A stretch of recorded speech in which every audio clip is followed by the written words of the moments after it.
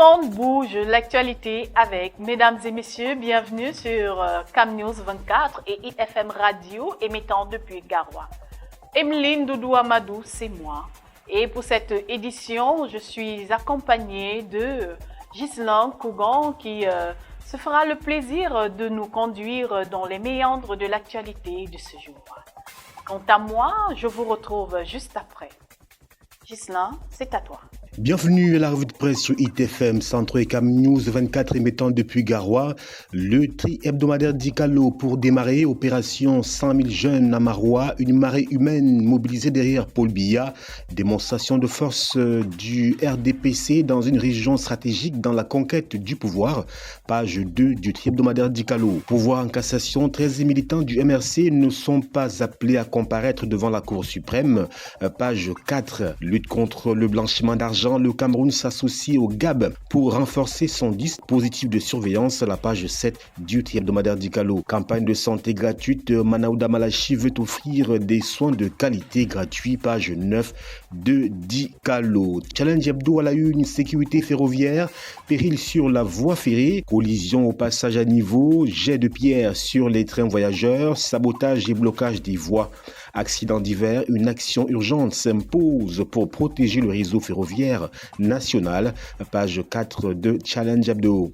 Toujours avec ce journal, 50 kg de riz à 17 000 francs CFA. Une bouffée d'oxygène contre la vie chère à Douala et Yaoundé. Le Mincommerce et les opérateurs économiques mettent en place une opération de grande envergure, page 5, pour s'en apercevoir. Après son départ du SIF, Maître Tsapi Lavoisier et des conseillers municipaux rejoignent les rangs du mouvement pour la renaissance du Cameroun. Cérémonie solennelle déroulée le 11 mai à Bafoussam, page 3 de Challenge Hebdo. Toujours avec Challenge Hebdo, inscription sur les listes électorales.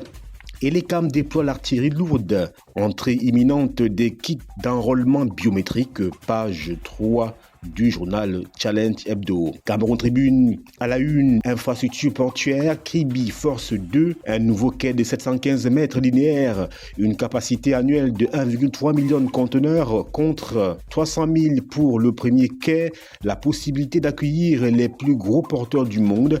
Voilà quelques points forts de l'extension du port inauguré par le ministre des Transports vendredi dernier, page 13 de Cameroun Tribune. Toujours avec Cameroun Tribune, fête nationale, la dernière ligne droite nous est comptée. Le quotidien Le Jour, réalisation, un centre d'emplissage de gaz pour alimenter Bamenda. La nouvelle infrastructure inaugurée le 9 mai 2025 va générer de l'énergie à un coût abordable et créer 1000 emplois directs. Page 6 du quotidien Le Jour. Toujours avec Le Jour, Bafoussam remous autour de l'accueil de Maître Tsapi par le MRC. Portrait de l'avocat, 4e adjoint au maire de Bafoussam 1er, exclu du SIF, qui risque de troubler le jeu politique dans la MIFI, page 4 du quotidien Le Jour. Le journal Les Montagnards à la une, mouvement 100 000 jeunes Maroua, tentative d'instrumentalisation de la jeunesse par des opportunistes impopulaire vire au flop, nous dit ce journal. À l'approche de l'élection présidentielle prévue en octobre 2025, les manœuvres politiciennes s'intensifient. L'attention se porte aujourd'hui sur un trio impliqué dans le mouvement 100 000 jeunes, désormais accusé de dérive et d'instrumentalisation, nous dit le journal Les Montagnards dans cette édition. Toujours avec Les Montagnards, l'extrême nord se soulève contre les manœuvres politiques. Victoire citoyenne et promesse de sanctions. Dans la foulée du fiasco de la mobilisation des 100 000 jeunes à Maroua, une vague d'indignation populaire a déferlé sur la région de l'extrême nord. Bachirou HB, porte-parole du collectif des filles et fils de l'extrême nord, a salué la mobilisation citoyenne qui a permis de déjouer ce qu'il qualifie de mascarade et de tentative de brader la dignité de la région. Tout ceci est à lire à la page 2 du journal Les Montagnards. Toujours avec ce journal santé, lancement officiel de la campagne de santé gratuite à Namda dans la région du Nord. Le ministre de la Santé publique, Dr Manaouda Malachi, a procédé ce samedi 10 mai 2025 au lancement officiel de la campagne de santé gratuite à Namda dans la ville de Ngong, département de la Benue, région du Nord. Page 3 du journal Les Montagnards. 3 ans après la Cannes, Garoua fait les comptes. Ce fut un véritable défi organisationnel pour la ville qui a dû se transformer pour accueillir l'événement, notamment en matière d'infrastructures sportives et hôtelières. 3 ans après, Garoua, la capitale du Nord, en tire-t-elle encore des bénéfices? C'est la grosse interrogation à laquelle les montagnards essaie d'apporter quelques pistes de compréhension à la page 4 de cette édition. Confidentiel à la une, états généraux sur la gestion des déchets urbains, le grand bluff. Après la grande messe qui a réuni de nombreux experts les 6 et 7 mai derniers pour réfléchir sur la problématique de la gestion des déchets urbains dans nos principales villes, la situation n'a pas bougé d'un iota sur le terrain. Douala Yaoundé ressemble fort malheureusement à des poubelles à ciel ouvert. Pourtant, dans de nombreux pays dans le monde, cette problématique a été résolue. Sans crier gare, doit-on croire qu'au Cameroun, on passe plus de temps à faire de l'enfumage qu'à travailler concrètement sur le terrain pour résoudre de manière efficace et pérenne les problèmes qui gangrènent le corps social? Point d'interrogation. De l'argent dépensé inutilement dans des rencontres budgétivores pour trouver des solutions qui ont déjà fait recette dans de nombreux pays en Afrique. Eh bien, page 6 du journal confidentiel pour plus de détails sur cette préoccupation liée aux états généraux sur la gestion des déchets humains au Cameroun. RDPC, Sénégal Maritime, Jean-Enes Massena Ngalé-Bibéer, le port de Kribi affiche ses nouvelles ambitions, nous fait savoir le journal confidentiel. Confidentiel poursuit avec cette fois-ci le coup de gueule de Kavayegué Djibril qui recrute des adolescents pour Paul Biya. Eh bien, Confidentiel nous dit tout. La Croix du Septentrion, à la une, Bibémi, bilan éclatant. Le sénateur Oumarou Singh, artisan du développement local, nous dit-on. Pont Yagua Bangor, les forces de l'ordre accusées de tracasserie à la page 9 de ce journal. Garoua, le Minat en visite sur le site sinistré du Lanavette. Nord, une initiative sanitaire gratuite pour les habitants.